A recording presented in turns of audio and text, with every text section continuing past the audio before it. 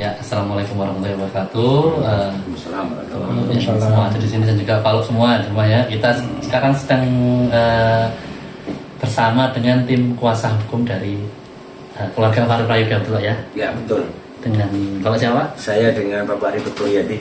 Ribut Puryadi. Bapak Ribut ya? Ribut Puryadi. Ribut Puryadi. Oke, terima kasih Bapak Ribut. Ini sudah bisa meluangkan waktu ya untuk teman-teman YPS di sini. Banyak yang penasaran Pak, terutama penggemarnya Fahril. Iya, palop istilah kalau awalnya. Itu bisa dikonfirmasi Pak, kan kemarin kita mengabarkan bahwa Pak Joko ke pengadilan. Nah, itu ngapain sih sebenarnya gitu loh Pak? Ya.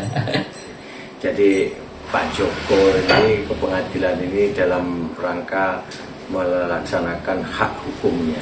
Hak hukumnya terkait dengan keinginan dari Pak Joko sekeluarga, termasuk keinginan dari anaknya Fahril Prayoga, ingin membatalkan perjanjian, memutuskan perjanjian kerjasama dengan pihak PT 905 yang dimana direkturnya saudara Zidni Ilman Afiat.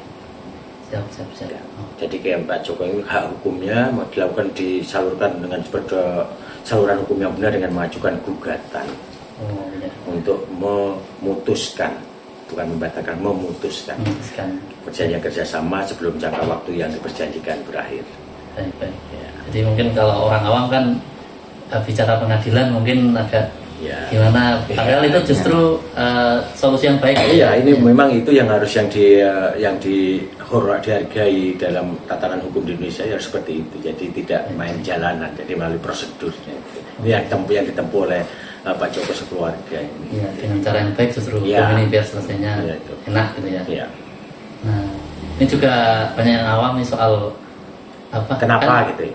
Iya, kenapa? Ya, kenapa Pak Joko sampai seperti itu? Iya. Karena dari perjalanan pelaksanaan perjanjian yang mulai tahun 2002 Desember itu menurut dari Pak Joko sebagai 2022 perjanjiannya. Oh iya. Desember 2022 itu dalam perjalanan itu pihak manajemen itu pada melalaikan kewajibannya, melalaikan salah satu kewajiban. Gitu ya. Jadi melalaikan salah satu kewajibannya sehingga membuat Pak Joko sebagai orang tua dari artis Fahril ini merasa ini nggak nyaman untuk diteruskan.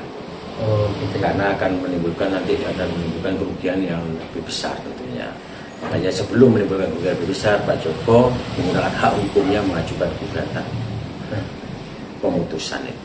Tapi menurut Bapak Ribut Puryadi sendiri, hal itu cukup memungkinkan Pak ya. Jadi ini ya hal-hal yang tadi itu memang yang jadi alasan. Iya. Tentunya kan itu kan di perjanjian yang dibuat di notaris itu kan disebutkan klausul tentang syarat untuk dia bisa diajukan pembatalan. Secara dalam hukum pun juga dalam tatanan norma hukum di Indonesia yang berlaku itu juga bisa dianukan jika ada dalam perjanjian salah satu pihak yang merasa dirugikan, itu bisa dia untuk memutuskan perjanjian.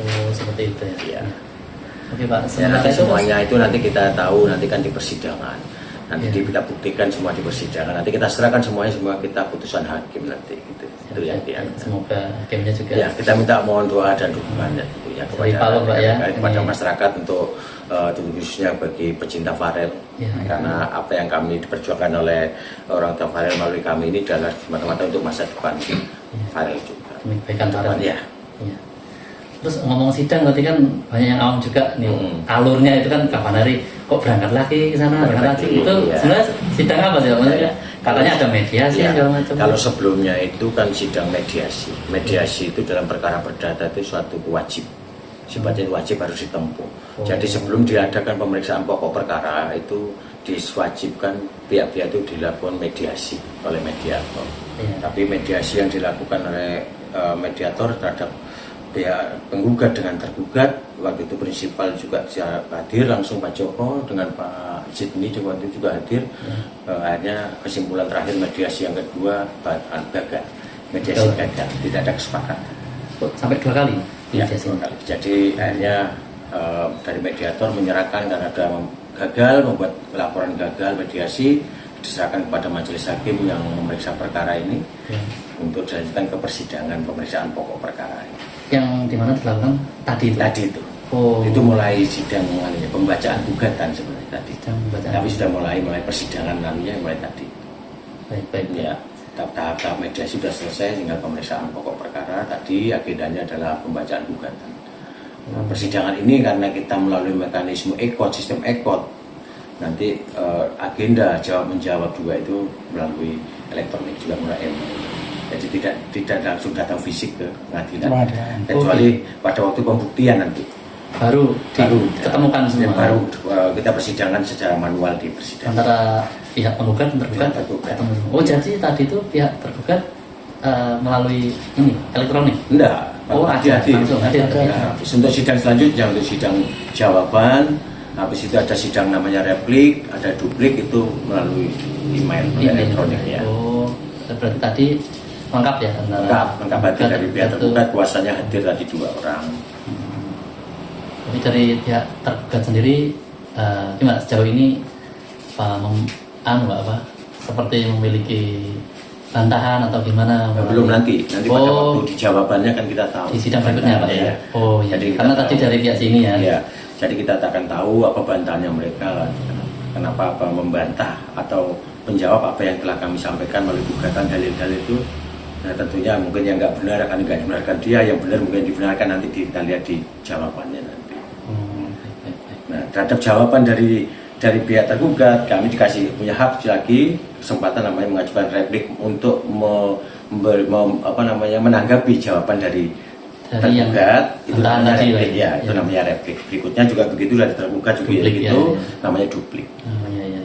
Tahu sedikit-sedikit aja, makanya dengan ini kan termasuk pencerahan hukum Pak ya, dengan jadi itu aja. Jadi kita memang kami itu waktu itu berharap persoalan ini bisa selesai dengan musyawarah atau pada waktu mediasi. Tapi rupanya tidak ada kesepakatan. Karena kami tetap bersikukuh untuk ingin memutuskan perjanjian itu, sementara dari pihak tergugat ingin bersikukuh ingin melanjutkan perjanjian. Jadi ya nggak ada titik temuannya. Oh gitu.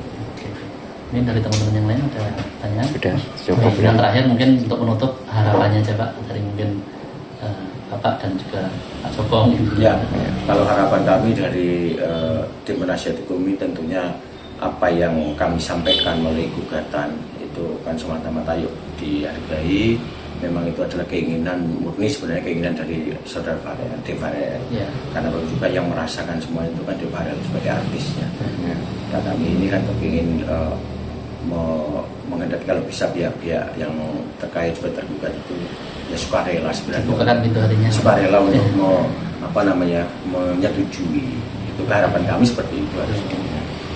Karena baru juga kalau dalam satu perjanjian salah satu pihak itu sudah tidak nyaman. Yang diharapkan itu kan namanya perjanjian itu kan bisa dilaksanakan secara sukarela ya. Makanya kalau tidak nyaman terus dia melaksanakan perjanjian dengan cara terpaksa itu kan nggak bagus juga, terutama bagi Farel yang masih itu masih anak yang masih depannya masih jauh secara psikologisnya kan kasihan juga sudah stuck gitu ya. Oke. Terima kasih Pak Ribut. Harapan ke Pak Joko, saya kira Pak Joko kayaknya seperti itu juga. Jadi apa yang dilakukan Pak Joko kan juga semata-mata bukan untuk kepentingan Pak Joko pribadi sebagai orang tua, tapi melihat anaknya Pak ya. Itu Pak Joko. Ya. Oke, terima kasih Pak Ribut untuk bincang-bincangnya. Mohon dukungannya dan doanya ya. Amin. Untuk para fan Farel. Untuk para palok.